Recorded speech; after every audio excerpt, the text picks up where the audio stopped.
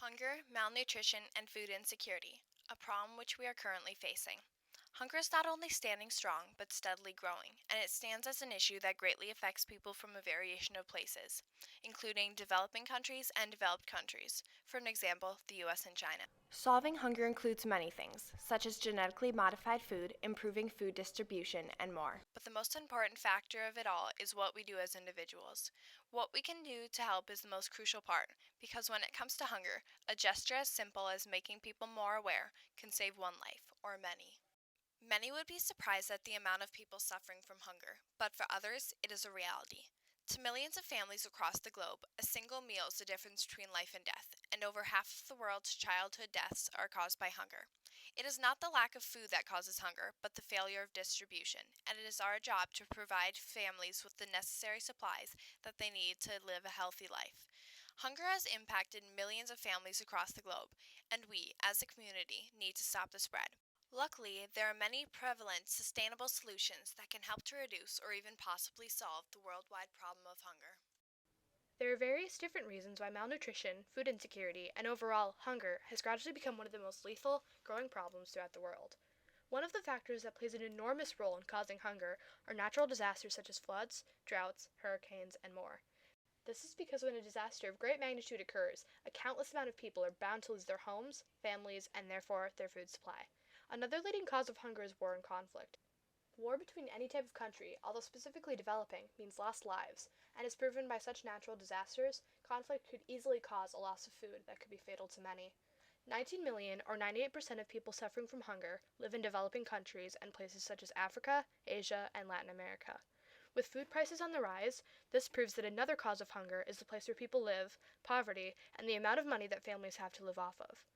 Someone living in a poor, developing country would not have enough money to buy seeds, a place to farm and grow crops, or even enough money to supply themselves with a reasonable amount of food. Another cause for hunger and malnutrition is the government. A poor governmental structure in itself is harmful, but when a government begins to pay more attention to opposing industries, the attention given to agriculture and farming industries starts to decline. Finally, the greatest cause for hunger is the food distribution problem throughout the world. Even if there is enough to feed all of us, there isn't always a way to get food to everyone, and some people are more heavily distributed food than others, especially the ones who truly need it. Hunger affects nearly 100 million people across the world, but those affected the most are children. In places like Ethiopia, nearly 12 million people are in danger of suffering from starvation. Many children are born prematurely, as an effect of their mothers suffering from hunger, and many viruses are transferred from mothers to their children. This makes children suffer 2 to 4 times more than adults, making them easily prone to diseases as well as growth and brain defects. Because of this, children suffer from over 160 sick days a year. In some villages suffering from hunger, children dying every week isn't uncommon, such as Afghanistan, where 48% of children are malnourished, and 25% of children die before age 5. Some schools offer food for children who attend, but many families don't have enough money to pay for school supplies. As a result, many children are taken out of school to work laboring jobs. Boys are favored over girls because they are able to work, and for this reason, girls are fed less, making it easier for them to die from hunger-related diseases. This is called gender imbalance. Malnutrition is another negative outcome of hunger that is prominent in many places suffering from hunger. In India, nearly 6 million children die from malnutrition a year. There are 2 types of malnutrition: protein deficiency or a lack of vitamins and minerals. Children end up in local hospitals for people suffering from hunger, but their mothers usually leave them to care for boys or infants.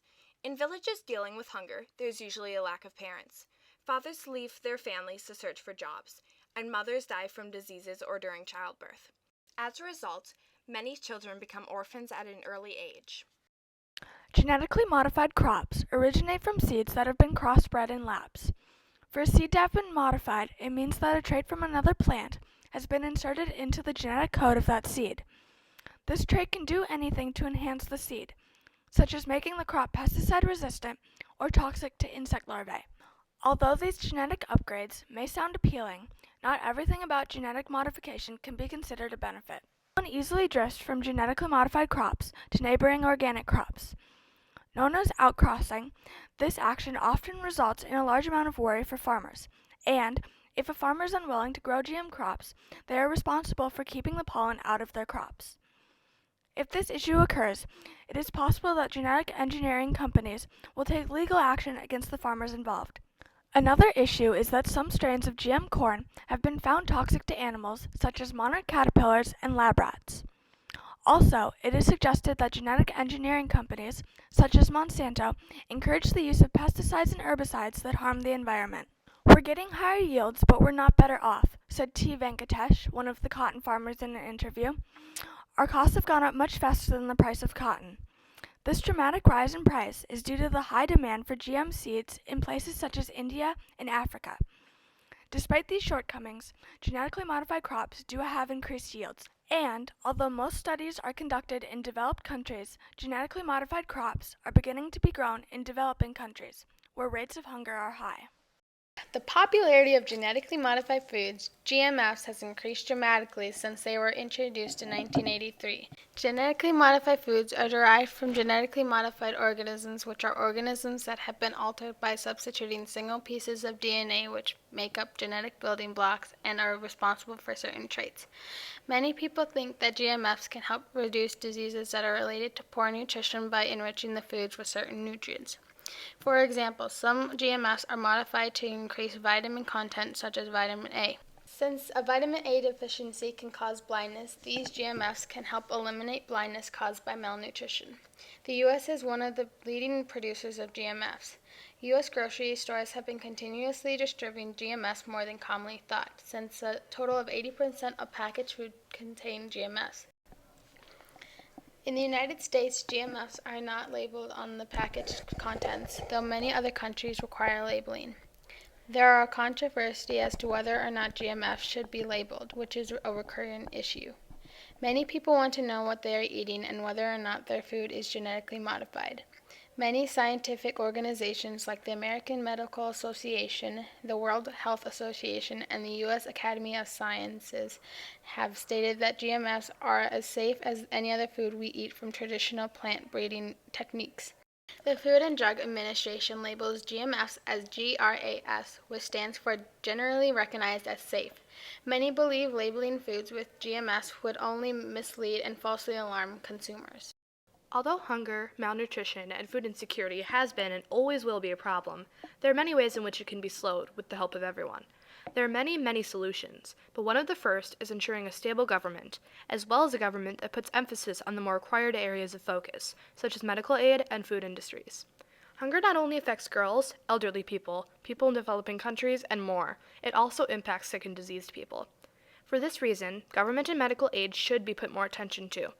This also means that a government should guarantee that an equal amount of energy and money is put to farming and agriculture industries, as well as allowing farmers the land they need to farm for themselves and others at a relatively low price.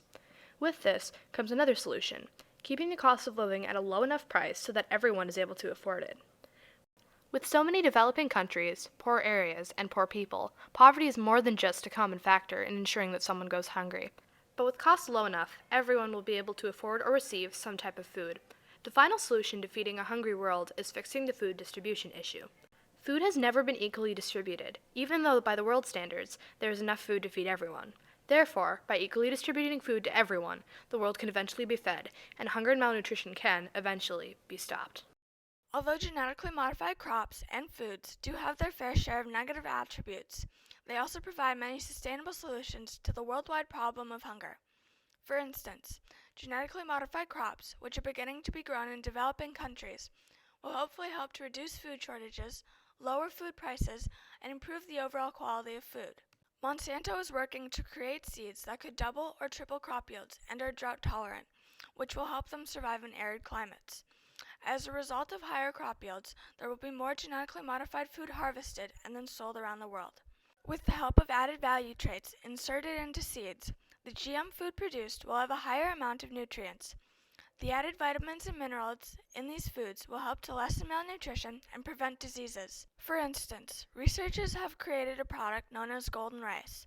This food is understood to have high levels of vitamin A, which studies have shown can prevent blindness. With the help of genetically modified foods and crops, the possibility of slowing or even stopping hunger is imminent. In many countries such as Africa, Ethiopia, and India, people are suffering from hunger due to poor food distribution. Though hunger affects people all over the world, there are also many solutions to help lower the effect of hunger in local areas.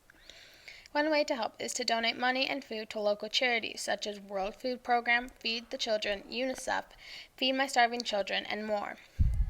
Another way is donating to nearby food shelves and shelters because by doing so, food can be distributed to those in need. Lastly, spreading the word and advertising about the problem at hand informs the public and makes them more aware of hunger. In turn, this will encourage people to help stop this horrific worldwide issue. In conclusion, although at the current time the problem of hunger, malnutrition, and food insecurity is at its peak, there is a massive amount of things we can do to feed the hungry world we live in.